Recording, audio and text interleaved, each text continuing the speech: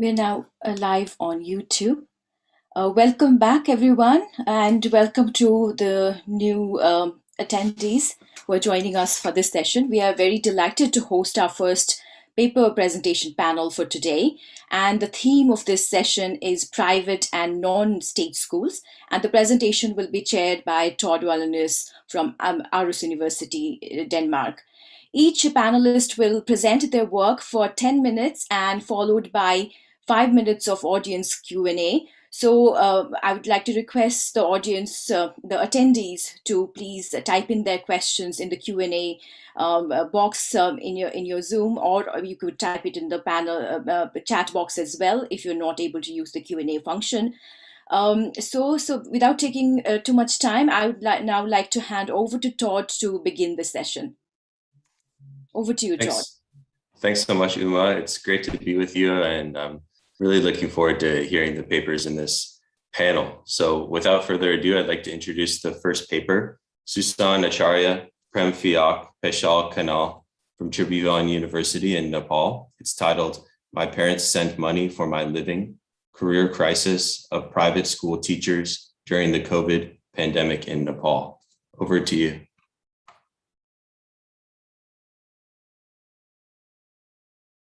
Okay, thank you. Thank you for coming. Let me share my slides first. Just a second, I think.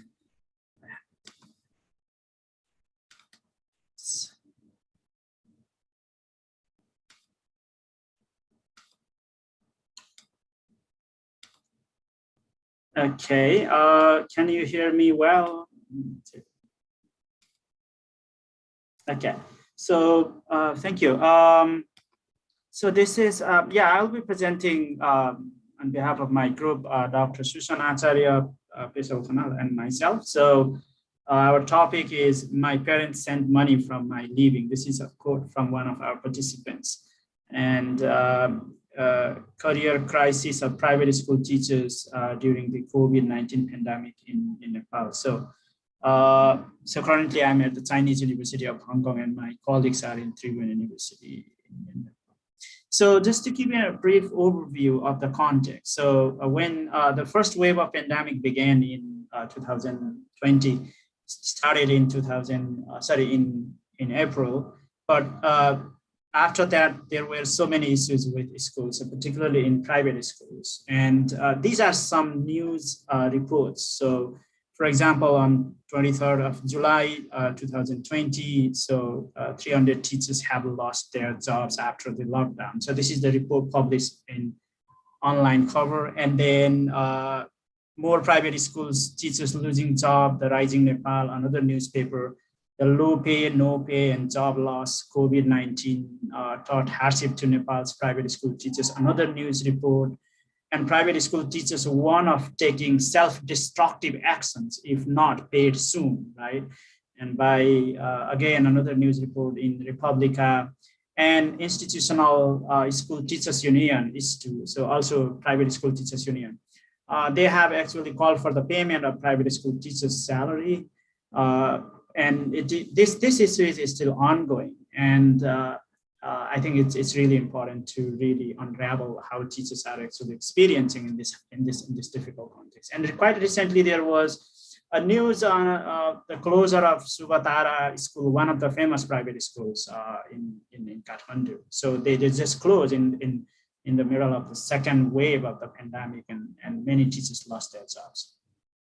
So these are some stories from the newspaper. For example, this Home Kumar Thapa is a leader of a private school teachers association who said 20 teachers from just one private school lost their job in the first wave of the pandemic, and from mid-July they are deciding to fire many teachers, and we haven't really followed up what happened with these teachers, but this happened in the first wave of pandemic. So with this context, our purpose in our study is to analyze how teachers in private schools are affected in the pandemic. And basically, we asked 3 questions on how does pandemic affect private school teachers' career, in what ways the career crisis affect their well-being, and what insights do we learn from this crisis. And our methods is basically, in the beginning, we did a survey between I think June to August in 2020. We did a survey, kind of online survey of asking teachers from both private and public schools and university, male and female. And some 1,800 plus teachers responded to our survey. And with that survey, we found that most teachers are, the teachers from private schools are mostly affected by pandemics, particularly they are losing their job and they don't know about their the future. So then we decided to interview some teachers. Basically, we had focus group discussions, and we had interviewed with 8 teachers, 4 male, 4 female teachers. And today we'll be presenting basically what some of these teachers have said and how they are affected by pandemic. So our theoretical framework, basically neoliberalism, David Harvey and Pauline Lippmann, and they talk about privatization and state deregulation, profit based and commercialization of education, and the hiring of teachers based on the free market. And that leads to more like inequalities and injustice of labor forces, and particularly teachers here. So as Nepal has many private schools, some 20% of the whole education, teachers are part of private education system. So, but as we privatize education, and in this pandemic, so how do actually teachers, feel, and how are they supported, or whether they are supported, whether they are not supported? So these are some of the questions that we'd like to talk about that. So in another news report, so this is the PAPSON, so Private Schools Owners Association, which DK Dhungana, who agrees that the schools are not in a situation to pay its staff as long as they are unable to collect fees from parents, right? And here is the story of the teachers published in newspaper, Pushparaj Karna, so who thinks that after working for months during the lockdown, it is the lockdown in the first wave. I asked the school of my, for my due salary, and it was not getting hard to manage. Sorry, it was getting hard to manage the household expenses, and that became my mistake. And shares the teachers, and I am the breadwinner for the family of 4. Once we got into situation, we did not have money to buy rice, and I did not even demand the whole of the due salary. So, and in my study, so what do actually the teachers say then? In our study, so this is what we are going to talk about. So the first, these teachers say that, this is, all names are pseudonym, and Rita, who is single and who is in the first year of her teaching in Kathmandu after doing master's in education, who lives in a rented room, who said this, but I could survive, although the salary was not really good. It was sufficient for her living, but after the lockdown, the school did not pay any salary, and they did not pay the salary of the last 2 months, and they collected fees from the parents, but they did not pay. They did not pay us, and I had to pay the rent and buy food, and I survived for one month without being paid. And after that, my family sent money for living, and I had to survive, right? And I asked whether I asked the principal to pay my due salaries. He promised, but never paid the salaries. He asked whether I was interested in teaching online, and I started teaching online, but we could not really contact many students. I really work hard. I learned technology myself. I taught online for a month, but I was not paid any salary. Some of us asked the principal to pay our salary in group, but he told us that he would pay after they collect fees from students. We never got our salaries. And after a month, he did not ask us to teach as well. So I stopped teaching. I left Kathmandu and went home after the government allowed long-term transportation for some days. So she left Kathmandu and went to Janakpur. So this is another teacher, Kala, and she has been teaching for 2 years in a private schools. And Prem, I'll just ask you to wrap up within 1 or 2 minutes so we can take a couple questions. Yeah, sure. And she is in the similar situation. She has 2 kids and husband has a job but not sufficient for their living. And again, she had to leave because she was not really paid a salary. And then these are the teachers. Ashok, who teaches in Janakpur, and he was asked because he thinks that he will be mentally, and his family are actually suggesting him to open a shop, right, rather than teaching in private schools.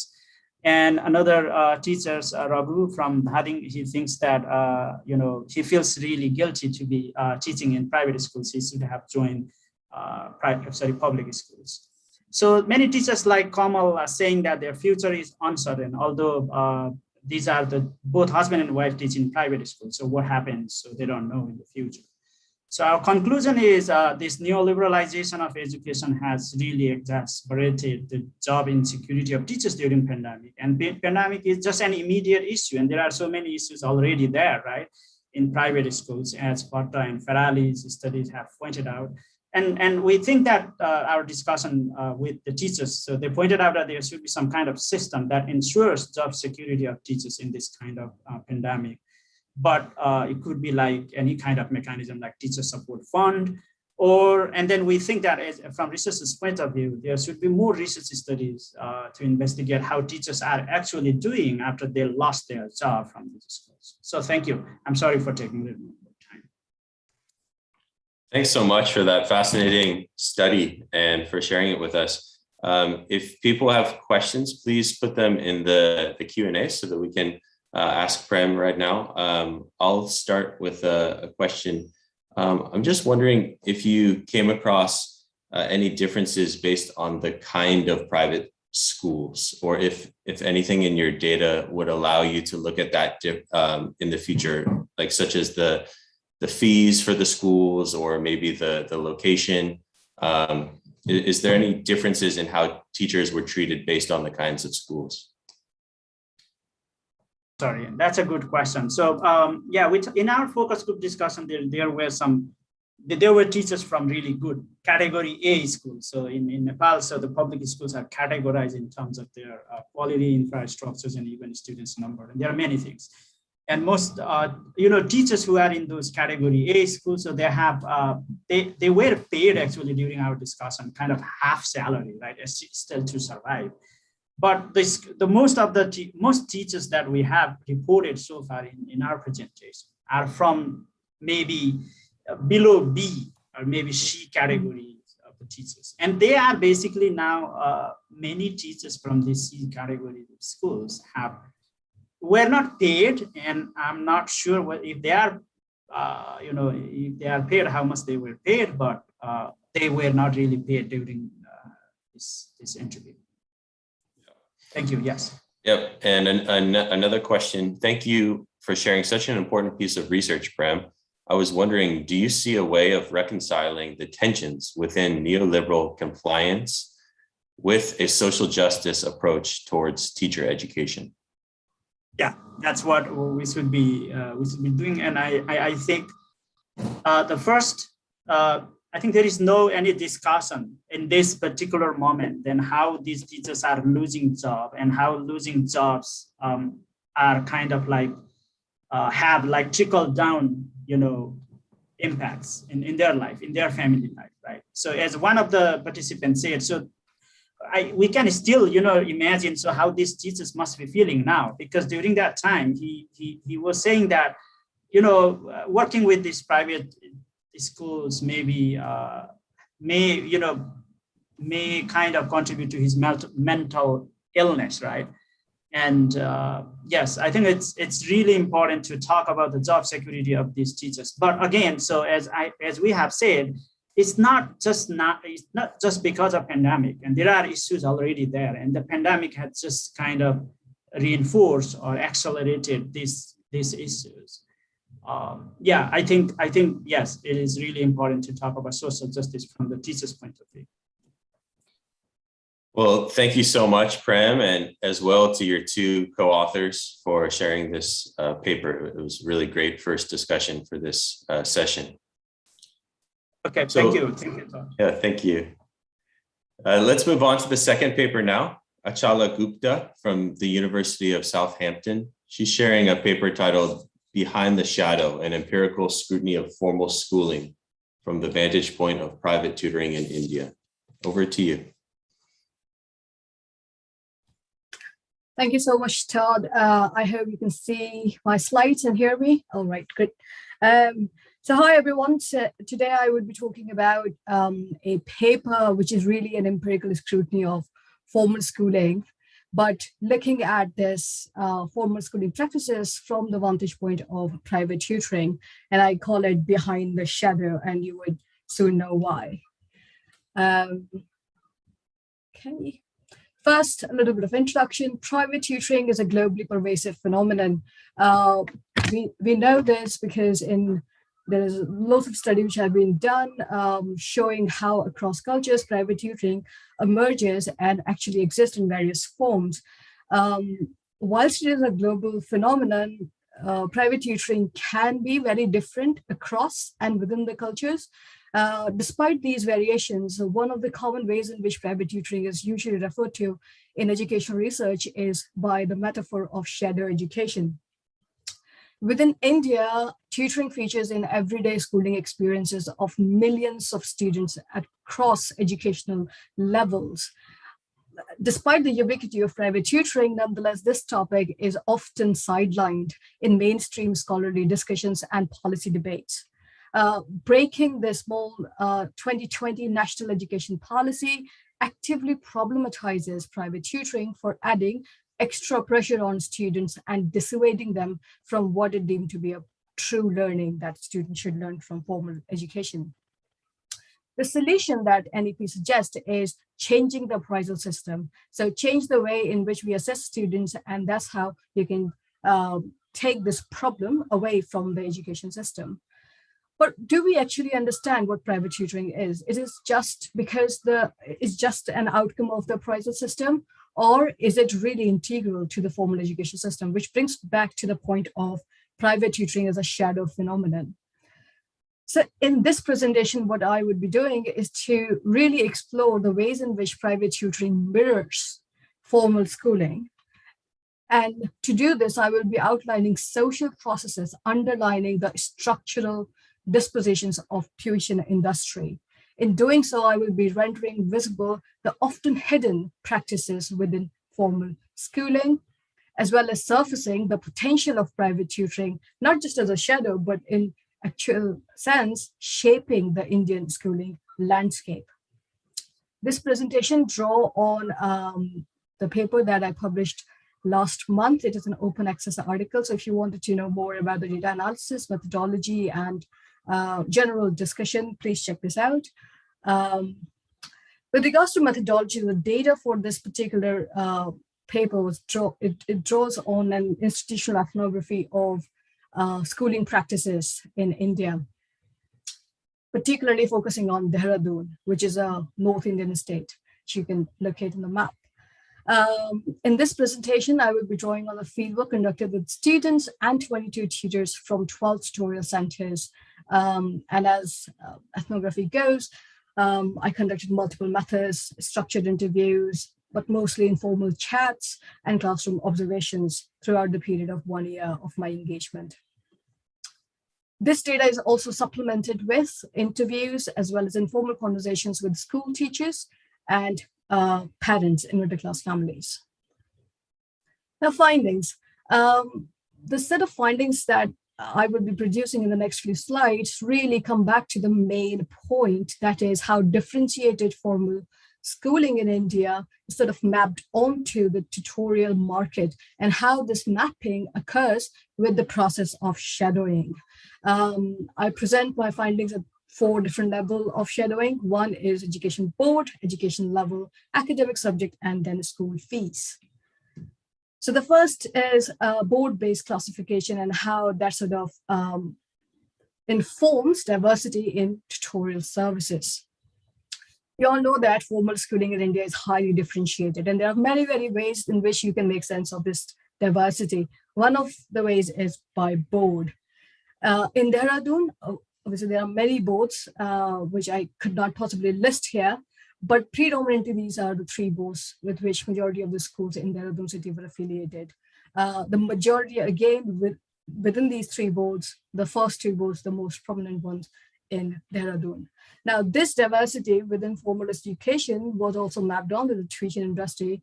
And here is a quote from a teacher I interviewed, and he says this in response to my question of why do you actually provide so much tutoring support, you and others as well, for CICSE school and CBSE and not so much for state schools. And he says really, CISE schools are a bit high profile, they charge high fees, CBSE is already popular among middle class. We don't really get so many students coming from government schools. They may not actually be able to afford the tuition fee. So what we are seeing here is that the intricate ways in which the choice politics in formal schooling is mirrored in the structure of private tutoring businesses. CBSE and CISE schools tend to be privately run, and they are actually more expensive than the low-fee private school generally, at least in the case of Dehradun. And they were often preferred by the Indian middle-class families.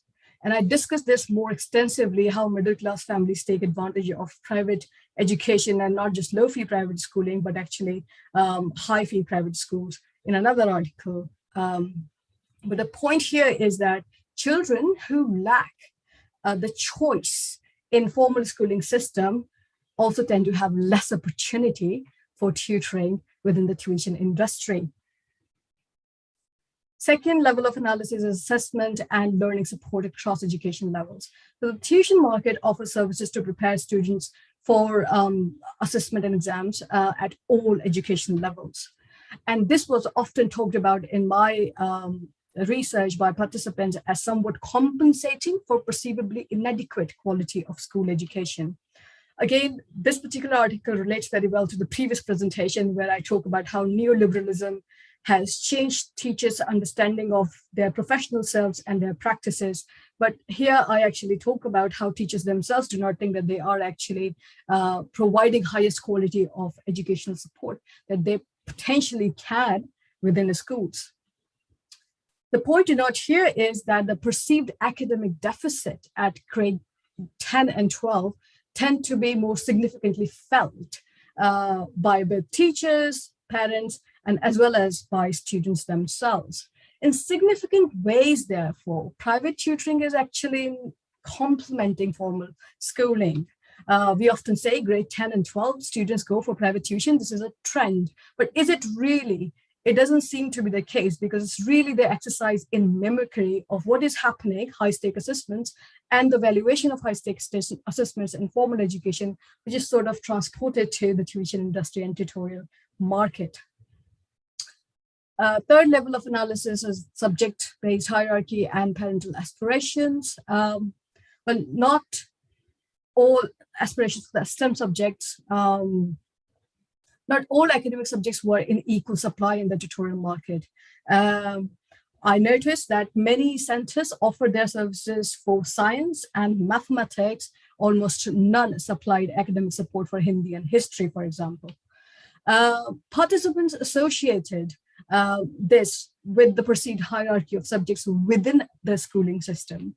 So the first one was aspiration for pursuing careers in a STEM field. Majority of the parents, for example, had aspiration for their children to go and study engineering subjects, medical subjects, so that they can have more steady career in the future, as well as the construction of hard and easy subjects.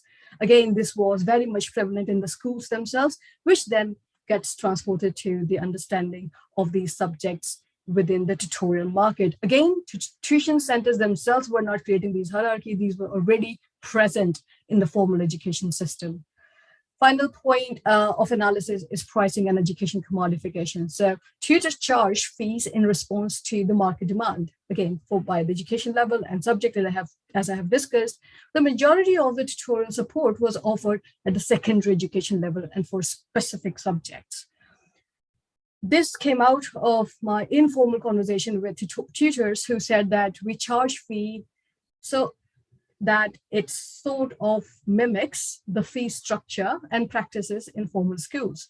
So they were more likely to charge high fee for CBSE and CSE schools, primarily because parents can afford those fees, whereas majority of the centers did not even provide a tutorial support for state boards. And whenever they did, they charged really low amount. And shadowing shapes the processes of commodification and marketization of educational resources within mainstream schooling alongside formal institutions of education. Conclusion, what we can gain from this presentation is first that it shows how shadow could be used as an analytical tool to offer two distinct opportunities in terms of educational research. First, understanding of how tutoring businesses align themselves with the formal education system institutionally. That is to understand how they actually operate. They're not just the byproduct of the appraisal system. They are really integral to the way in which we make sense of education and do it. Second, it offers a unique vantage point to examine formal schooling practices and processes, revealing problematic, but again, typically concealed features of formal schooling. As I mentioned, the first article is the one on which I draw on for this particular presentation, but there are three other articles that came out of the same project. The first one is about neoliberalism and teacher identity formation. Another one is about middle class and parental involvement in their children's education. And finally is about, in this course, was about social legitimacy of private tutoring. So if you're interested, please check these out. Let me know if you are unable to access any of these articles. And these are my contacts. Thank you so much. Thank you so much for that fascinating presentation. We have a question here from Karen saying, thanks, Achala. Have you been able to follow up on this in the light of the pandemic? Yeah. How has the shadow education market been affected by the COVID crisis? Yeah, I mean, I think I ask me this question in like 2 years, then I would be able to give you more concrete examples because it's still ongoing and everything is happening. All of a sudden, right now, I can just document some of the things which are happening. But what I can say is that because of the online movement, I think private tuition university have gained tremendous sort of support from the public, and it is legitimized by all stakeholders in education as well. So everybody who is trying to do things online, these private tuition sector has been doing it for a really long time, and they have resources, they have capacity, they have infrastructure to develop those things in a really short time and much more efficiently. So it would be interesting to see how the aspect of the social legitimacy of private tutoring that I have been talking about sort of plays out much more strongly in the future. So yeah, that would be my answer to this question. It's just a matter of efficiency and how they are able to sell that efficiency in the most productive way, which I think pandemic has allowed them to do. Yeah. Thank you. I think we just have a minute left. That was a really fascinating talk. And I think your point about the mimicry or kind of the mimesis between the two, you know, the tutoring and the formal schooling was just fascinating, especially like in grades 10 and 12 with the perceived academic deficit. It's an interesting mimetic relationship between the two, like how the formal schools, you know, perceive themselves as lacking in part because of the strength of the shadow schooling and the shadow schooling, you know, they feed into each other. So more of a comment than a question, but just that point really stood out to me and was a wonderful point. So thanks so much for sharing your presentation with us today, as well as your articles for us to look into. Thanks so much. Thank you. Okay, we are ready to move on to the third presentation in this panel. Nilesh Gourkhede from Tata Institute of Social Sciences in India. The title of the paper is Politics of Precarity, Dismal Lives of Women Teachers Working in Low-Fee Private Schools. Go ahead. Yeah, hello. Yeah, so just let me share my presentation.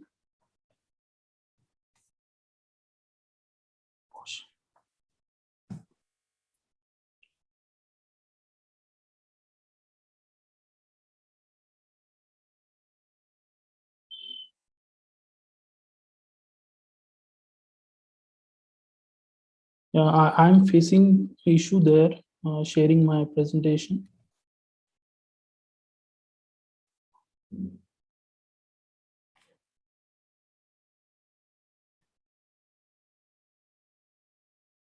So it's okay. I'll talk without the presentation.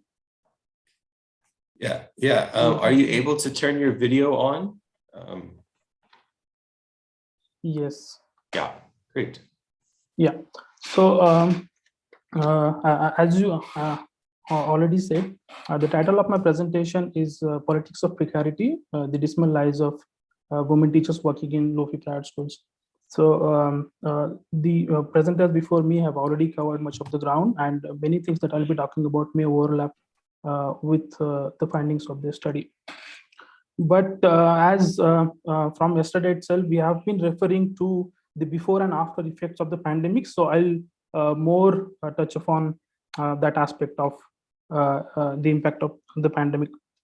So this low after the liberalization policies of 1990s in India, there's documented increase in the number of low-fee private schools, and the studies show that the LFP sector has emerged as a distinct system of education for the lower income parents, especially in urban and peri-urban areas.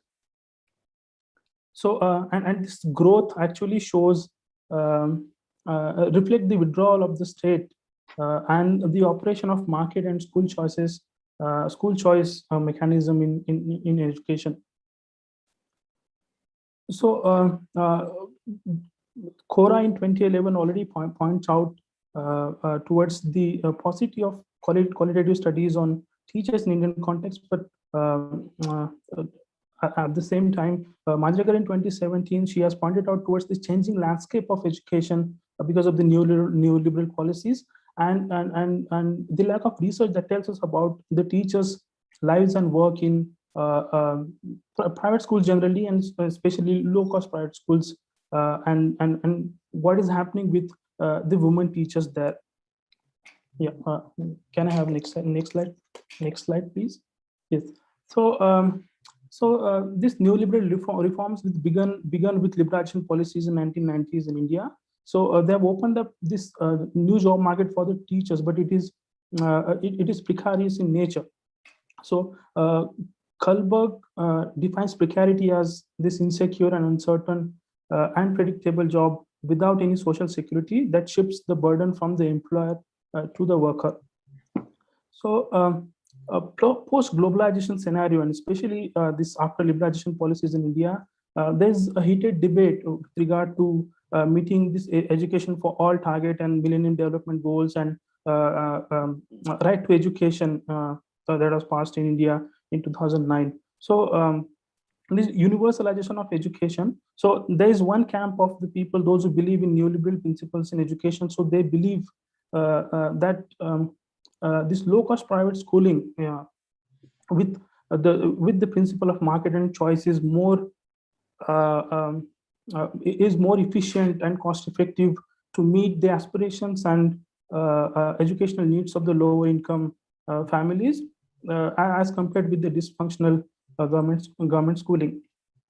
But this claim has been refuted by many studies, and one aspect of this discursive regime that sort of advances neoliberal panacea to the education of the poor in India is, and one of the arguments is this, that the teachers working in the school, they work on 1/5 1/3 to 1/5 of the salary of the regular government school teachers, and that reduces the state expenditure on education because of the lower salary. And it is the salary of the teacher that that absorbs the larger share of the state education. So yeah, so may I have the next? Yeah, so the methodology, this is my doctoral work, and the study is qualitative and exploratory in nature. I've conducted data from 3 low-fee private schools in Hyderabad, and I termed them as school A, B, and C. So school A has around 500 children and 17 teachers. School B has around 470 children and 17 teachers, while school C is little larger. It has 40 teachers and around 450 children. So in-depth interviews were carried out with teachers, 20 teachers, 16 women, and 4 male, and informal interactions and classroom observations for an academic year of 19 and 20. So interviews were conducted at participants' home, tuition classes, at school, and some interviews were conducted telephonic after the lockdown. So since many of the respondents were teachers, so gender acted there as an impediment during data collection, because these women teachers were not, they were hesitant to talk to me as a male. So my wife used to accompany me to conduct the interviews. So and some women teachers were also hesitant to give interview because they thought that they are less educated, and they'll not be able to share share something meaningful during the interviews. So the data clearly points out feminization of teaching, because in total 80 teachers that work in these 3 schools, out of them only 6 are male, while the rest are women. So there are plethora of reasons behind this predominance of women in these schools. And firstly, it is because of the conservative social ethos of Indian society and the subordinate position of women that constitute teaching as a suitable occupation for them. Secondly, though women teachers hold qualifications in other fields such as engineering, commerce, or health, but the family discourages them to work in these places, even though they may receive higher salaries. And finally, a woman concede to work in low salary because their intention is to supplement household income with secondary income, so that they can meet the growing aspirations and changes of lifestyles. Therefore, families now want their women to work as long as it is within the patriarchal structure.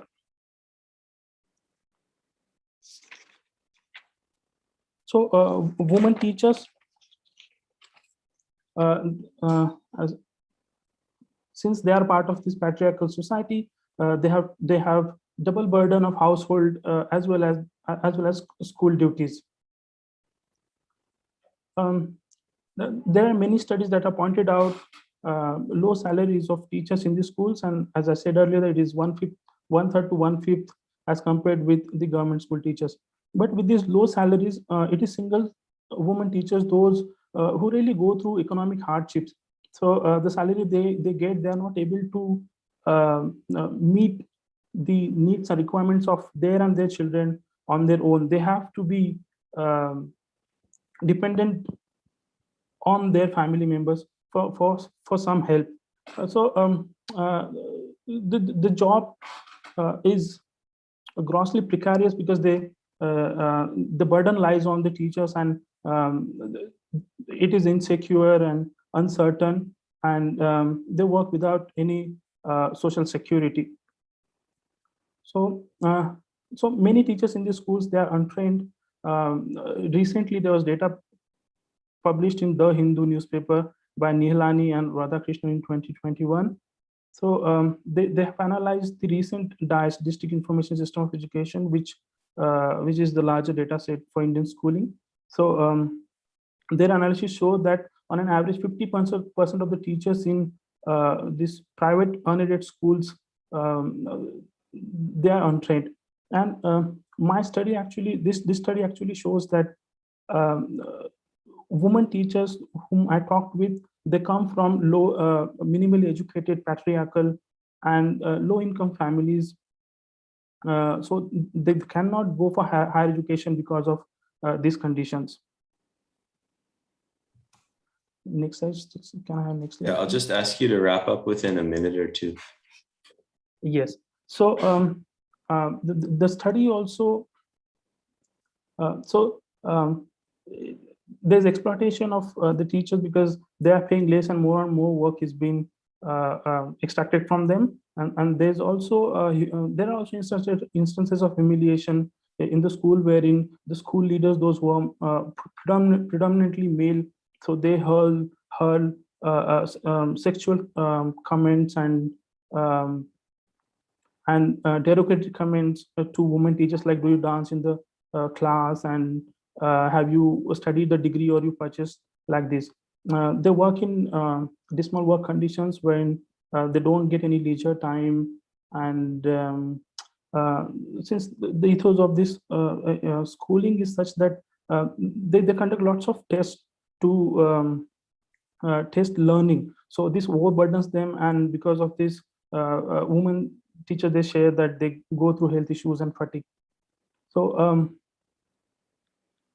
yeah, so compounding all this, there's less value of there's diminished value as a teacher in their own sense, and because of all this, they do not have the strong sense of identity as a teacher, which will give them the pride in the work they do. Instead, they tend to believe that what they do is pretty a small and paltry job that they do. Can I have next slide, please? Just a minute, and yeah. So just please wrap up soon.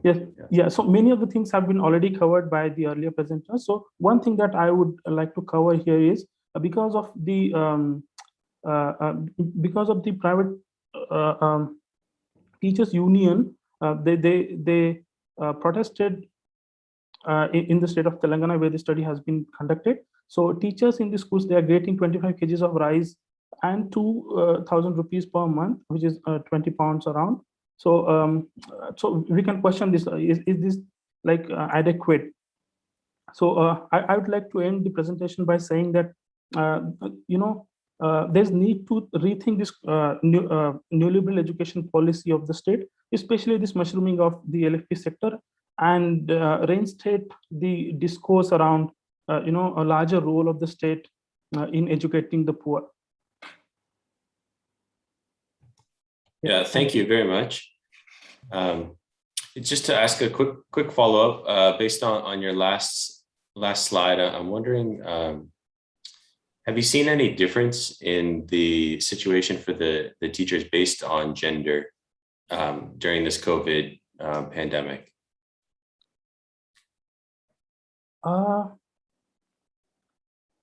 Actually, the post-pandemic scenario in the schools is such that many of them, they're not working, and parents are not paying fees.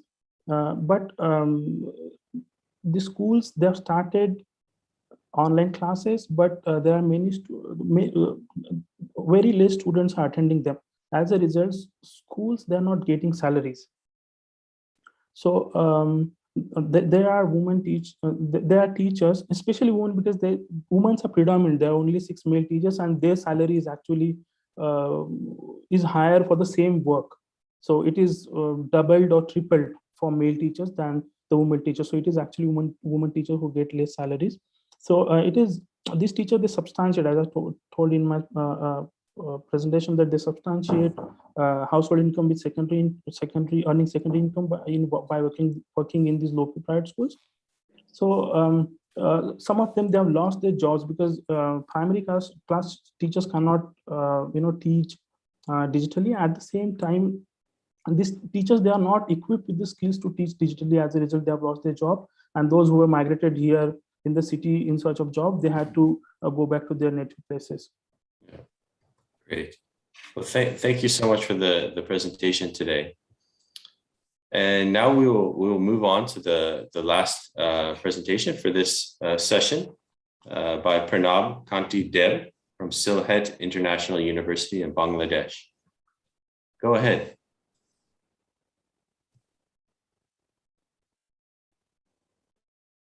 Okay, good afternoon.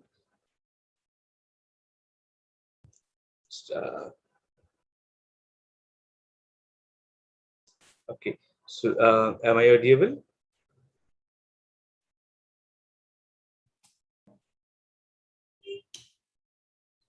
So can you hear me? Yeah, we can. Yeah. Yeah. Okay. Thank you very much. Without further delay, I would just directly go through the presentation actually. So as you already have heard that the title of my presentation is Challenges of Incorporating Virtual Reality into the AFL Classes of Madrassa Education. So in my presentation, I would just like to share about Madrassa education in Bangladesh, position of EFL in Madrasa, but about the virtual reality, challenges of incorporating virtual reality, and I would just share some of my recommendations and the references as usual. Okay, so if I talk about madrasa education in Bangladesh, it is according to Banglapedia, madrasa is referred to institutions specially designed for Islamic education and culture.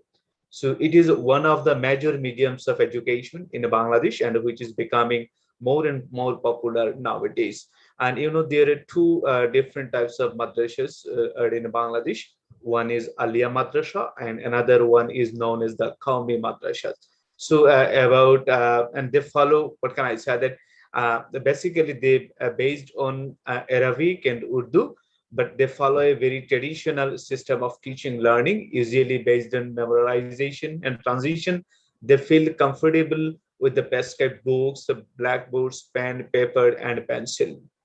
Okay, so now and madrasa education, a good number of students are studying about there, especially if we think from the religious perspective, that the students who are from poor socioeconomic background, usually they go to that sort of institution, and those who are I say that those who think that actually they should do something, they should develop the religious sense, usually they got admitted into the madrasas.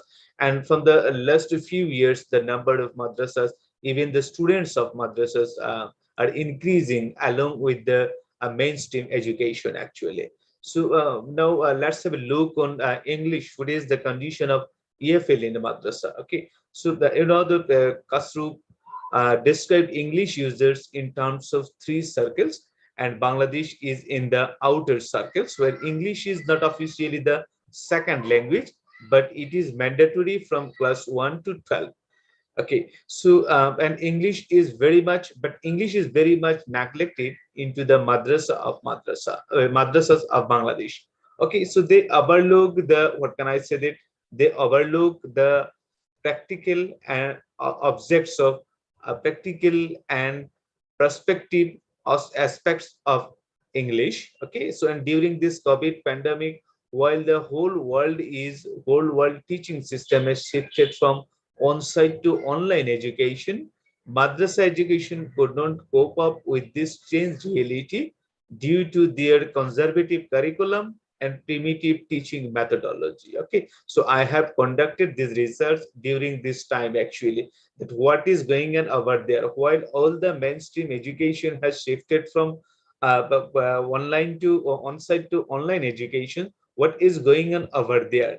Okay, and so about, if we talk about virtual reality, according to the Merriam-Webster dictionary, if we follow the definition from there, we can say that virtual reality is an artificial environment which is experienced through sensory stimuli such as sights and sounds. Actually, virtual reality is based on the what all sorts of virtual things, technology based actually. And if we talk about the online etymological dictionary, that virtual has been used not something actual, or in fact that in essence or fact it is mainly deal with the sounds, effects, okay, and sensual something actually. So now is the issue that what are the challenges that we have faced, that the madrasa teachers or the madrasa education system has faced during this pandemic to transform their on-site education to the online education. Okay, so let me share some of the challenges. If I talk about the challenges, I can say that. So we all know that learning a foreign language is difficult if there is no real life exposure. But while uh, this is true for the foreign language education, what we see for madrasa students, that they are encouraged to adopt a submissive and meek behavior. Okay, so it is due to their, what can I say, that educational system. It is due to their teaching learning system, and benefits of virtual learning and 21st century skills are misinterpreted from a religious perspective. Even in some cases, we have found that mobile phones are considered as a threat to their spiritual path. They mostly neglect the importance of English and the whole process actually, creating a generation who are totally unaware of the real life situation of 21st century. While they are treated mobile phone technology, yes, and virtual issues, that these are what can I say, threat to their spiritual belief. These are threat to their everyday academic curriculum. So yes, so, these are the ways they are actually going on. Okay, so now is the question that what are the problems of the virtual reality? What are the challenges? Okay, you see that our education technology, basically in the broad perspective, according to our national perspective, they have advised that for incorporating technology into our education system, they have highlighted the 5 important issues. One is internet connectivity with bandwidth. Another one is power supply, quality teachers training, good livelihood facilities for the teachers, and the sustainability of the implementations. Okay, so these are the 5 important points of which our experts have suggested that these are the key challenges that we face to incorporate, integrating technology into our everyday classroom. Now the question is, what happens to madrasa educations actually? So we have found that a conservative attitude, yes, as their whole educational system, as their classroom environment, as their family environment, everything, they follow a conservative attitude. Even sometimes what we have found that some students, they don't like to open their video during their online classes. Okay, so this is the question. This is the real scenario. And traditional curriculum actually, though English and Bengali, these are included in their syllabuses. Okay, that doesn't have any problem. Science is also included in their syllabuses. ICT is also included in their syllabuses, but they just like to overlook these things actually. Okay, so and teaching methodology, yes, they are based on memorization. They believe in oral transition. Okay, so they don't like that. What can we do with this technology? Okay, so this is the this is all about their teaching methodology. Lack of confidence regarding the teachers actually, especially what we have found that both the teachers and students, okay, they are they're in a dilemma that whether they could operate the technology or not. And one important thing I would like to share that, so they didn't have get enough training actually. Training, teachers training is very rare opportunity for them.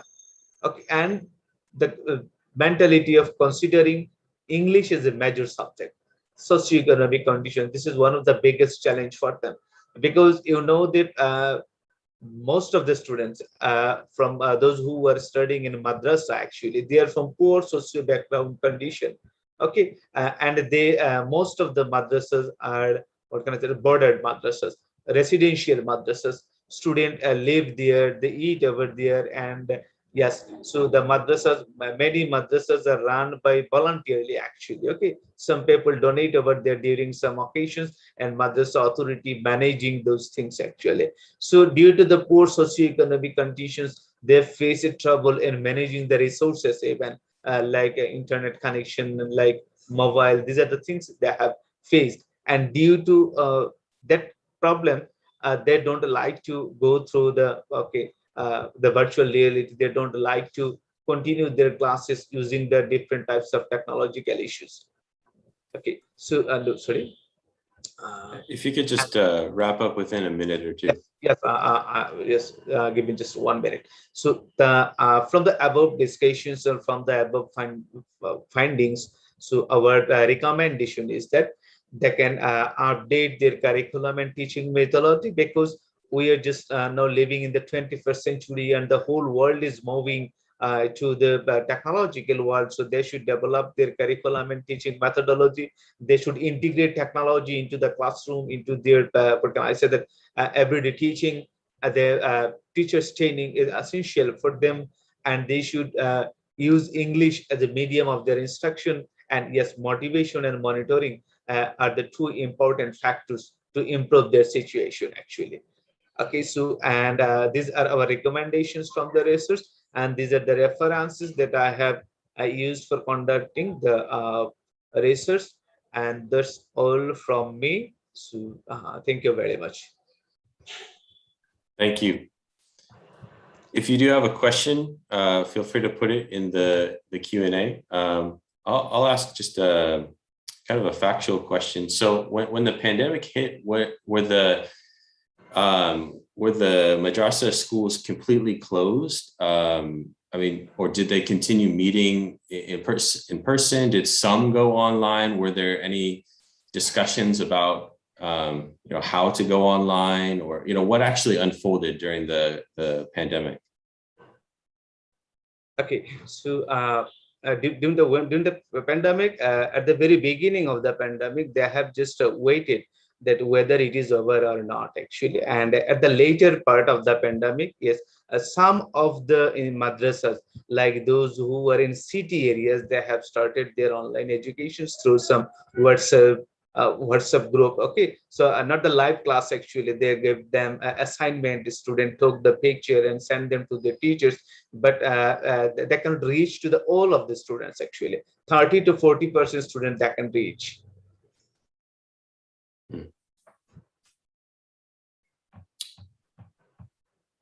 Okay.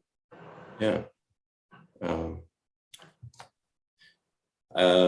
Yeah. Then just another quick follow-up. Well, I think we just are running out of time, but yeah, just wondering what was your methodology with this? Like, were you kind of visiting schools, like interviews? How did you do this? Yes. So it is the Corona time now, so I have conducted the interview through the Google Forms. Okay. So yes, this was not possible for visiting the schools or the madrasas. Okay. Yeah. Great. Okay, well, we are just ready to conclude the panel. Thank you so much to all of our presenters. It was a really engaging panel. Thanks so much for everyone who spoke, and as well for everyone who's joined us today. Thanks so much for this session, everybody. It was really enjoyable. Yeah, thank you very much, Todd, for chairing this session so well, and also keeping it within the time as well. Really grateful for your support here. And thank you very much to all the wonderful panelists who presented their work, and thank you for doing this really important research and sharing them in this conference as well. We would now like to announce a 1 hour break. And we will meet here again at 2 p.m. UK time, around exactly 1 hour actually. And for our roundtable number 3, which is titled Rethinking Gender in Education. So we really hope that you'll be back after the break here, and looking forward to the rest of the discussion.